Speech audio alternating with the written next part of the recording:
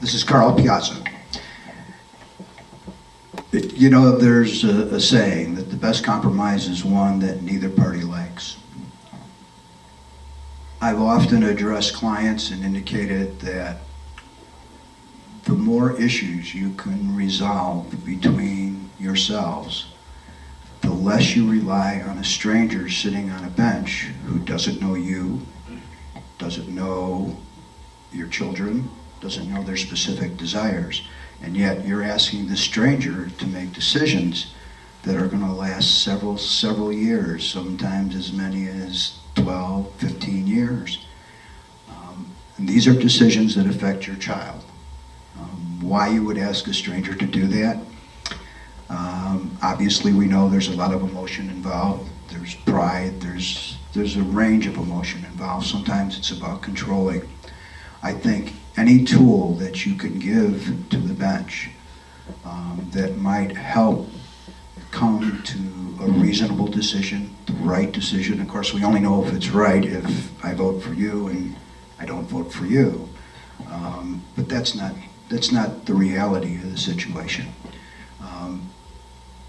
Family mediation at this point will refuse to interview any child, at least in my experience, who's less than 12 years old.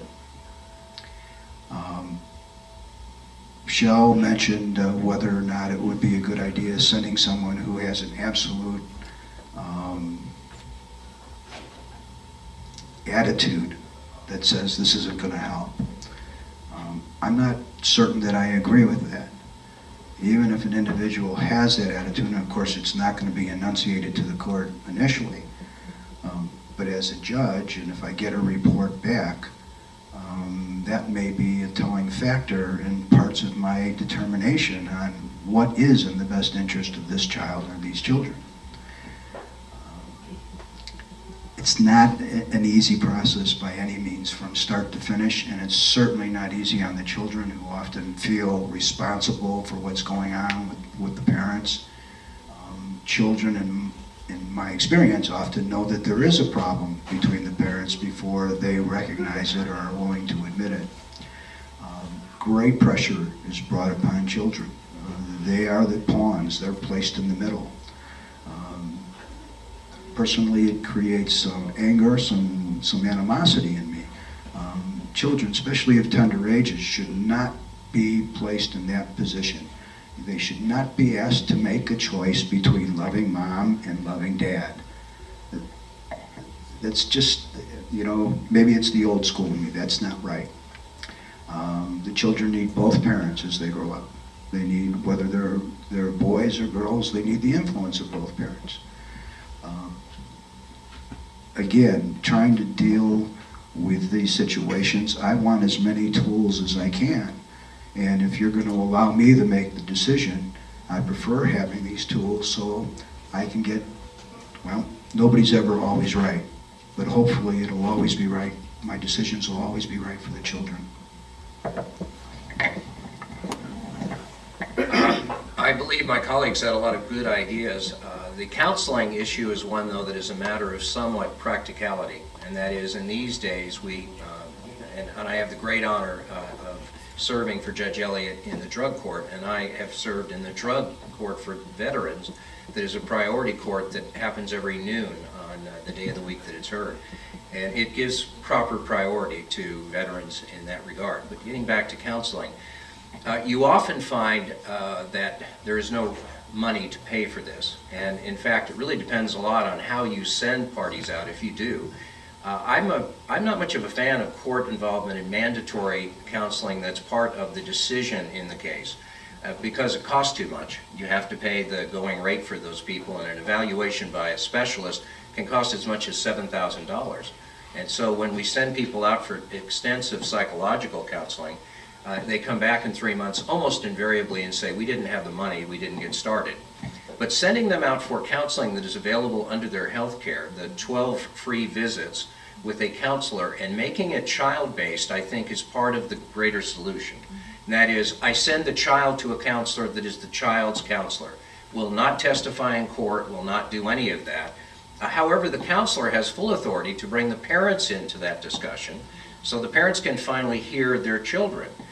Many times they don't. Yes, I've had what Carl's had about people saying, you know, our 5-year-old has a really good idea of who's the best parent, and I have to tell them, we do not place that burden on them, that's yours.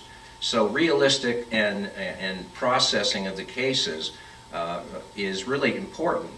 One thing we did at the first family court was, I think we made a mistake by trying to fix the families that came before us. And we subjected them to a lot of mandatory counseling requirements that cost a lot of money. It did not really achieve a whole lot because these counselors would talk to them in a vein of testifying against them in court. So I asked one of our psychologists one time, what's going on with this? Why are these things not working? And he told me, that's because these personality tests, MMPI, all that are the predicate to therapy, are to be taken honestly by people who want to get better. In your referrals, people want to look better, and that's really what the problem with that is. But it has to be considered. I like it going out the door with the family rather than being part of the resolution model in court. But obviously we promote whatever they need, we'll suggest that to them. Now, as far as to the age of children, there is no magic definition of this, but there are some good hints. We know the legislature has told us that a child who is to be adopted and is over 14 years of age must consent to the adoption. And by the way, my name's Terrence Merritt. I forgot to mention that up front. And for those of you listening, I hope you've listened this far to get that. Another issue is guardianships. Because of some changes that occurred in the 1990s, now a ward must agree to a guardianship if the ward is over 14 years old. So that tells us something about what the legislature thinks is significant. Personally, I agree with Carl that the age of trying to find something out for a child should be higher rather than lower. Frankly, I think we get to a point where at 14 the child clearly has a voice that can be heard by the court. By 16 the voice is screaming. And by that I mean, and I've told parents this, if a 16-year-old wants to do something bad enough, the 16-year-old will generally achieve that by putting you in one of the local mental hospitals if it gets to that. But all kidding aside, that voice does get much more impactful as the child gets older, and we're required to listen when it's appropriate, make headway with it, among other factors, but that is certainly a very, very serious one. Thanks. Thank you. Good afternoon. Travis Barrick here. My question is to the entire panel. There are two classes of individuals who serve or have served in the military, that's active duty and veterans. Tell me why it's important to identify veterans as they come before you in your department.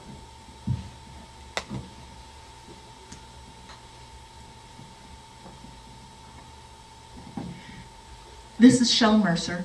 In the context of the family court, I'm not sure exactly where, in what context you're talking about, but my immediate thoughts are that you, as the family court judge, you would need to know whether or not I have active duty or veterans before me. First of all, I'm going to be very impressed regardless that they've dedicated their lives and allowed us to do what we do every day while they're doing that.